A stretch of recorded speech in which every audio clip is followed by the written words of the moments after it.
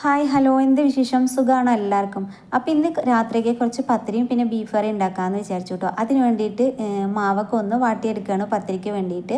അപ്പം നല്ല പോലെ ഒന്ന് വാട്ടിയ ശേഷം ഒരു 10 മിനിറ്റോളം ഞാനിത് മൂടി വെക്കും കേട്ടോ. എന്നാന്ന് വെച്ചാൽ നല്ല രീതിക്ക് ചൂടുണ്ടാവും മാവിൽ. അപ്പോൾ അതൊന്ന് പോട്ടേന്ന് കരുതിയിട്ട് ഒരു 10 മിനിറ്റ് മൂടി വെക്കും. അങ്ങനെ ചൂടൊക്കെ ആറിയിട്ടുണ്ട്. അപ്പോൾ ആറിയപ്പോൾ നല്ലപോലെ നിർത്ത് കുഴച്ചെടുക്കണം. ഇളം ചൂടോടുകൂടി എന്നെ ഒന്ന് കുഴക്കണം കേട്ടോ. എങ്കിലാണ് ആ മാവ് നല്ല രീതിയിൽ കുഴഞ്ഞ് വരുള്ളൂ. അപ്പോൾ എത്രമാത്രം നന്നായി കുഴക്കാൻ പറ്റുമോ അത്രയും നല്ല രീതിയിൽ കുഴക്കണം കേട്ടോ. എങ്കിലാണ് പത്തിരി നല്ല രീതിയിൽ പൊള്ളി വരികയുള്ളൂ കേട്ടോ. അപ്പോൾ വേഗം പത്തിരി കുറച്ച് പരത്തി വെക്കാമെന്ന് വിചാരിച്ചു കേട്ടോ. അത് കഴിയുമ്പോഴത്തേന് ഇക്ക വന്നപ്പോൾ കുറച്ച് സാധനങ്ങൾ കൊണ്ടുവന്നിട്ടുണ്ടായിരുന്നു. അപ്പോൾ അതൊക്കെ ഒന്ന് എടുത്ത് വെക്കാമെന്ന് വിചാരിച്ചു. ഇല്ലെങ്കിൽ ഞാനത് മറന്നു പോകും. പിന്നെ നാളെ ഞാൻ എടുത്ത് വെക്കൽ നടക്കുള്ളൂ കേട്ടോ. എൻ്റെ പത്തിരിയൊക്കെ ഏകദേശം ഞാൻ പരത്തി വെച്ചിട്ടുണ്ട്. അപ്പം ഇനി ഇത് ചുട്ട് തുടങ്ങാമെന്ന് വിചാരിച്ചു. ഇത് പത്തിരിയൊക്കെ ചുട്ട് കഴിഞ്ഞിട്ട് വേണം കുട്ടികൾക്ക് ഫുഡ് കൊടുക്കാനായിട്ട് കേട്ടോ. അപ്പം അങ്ങനെ എൻ്റെ പത്തിരിയും ചുട്ട് കഴിഞ്ഞു. ഇതേ കറിയും വെച്ച് കഴിഞ്ഞു കേട്ടോ.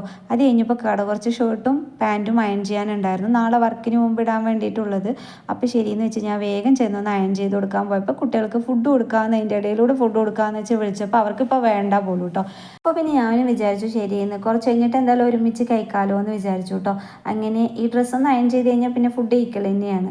അപ്പോൾ ഏകദേശം എൻ്റെ ഷർട്ടൊക്കെ അയൺ ചെയ്ത് കഴിഞ്ഞിട്ടുണ്ട് കേട്ടോ. അപ്പോൾ ഇനിയിപ്പോൾ ഫുഡ് കഴിക്കാൻ വേണ്ടിയിട്ട് ഞാൻ കുട്ടികളെ വിളിച്ചു. അങ്ങനെ ഞങ്ങൾ ഫുഡൊക്കെ കഴിച്ചു കേട്ടോ. അപ്പോൾ ഇന്നത്തെ വീഡിയോ ഇത്രയൊക്കെ ഉള്ളൂ. നിങ്ങൾക്ക് ഇഷ്ടമായിട്ടുണ്ടെങ്കിൽ തീർച്ചയായിട്ടും ലൈക്ക് ചെയ്യാനും അതുപോലെ തന്നെ ഷെയർ ചെയ്യാനും മറക്കരുത് കേട്ടോ. ബൈ.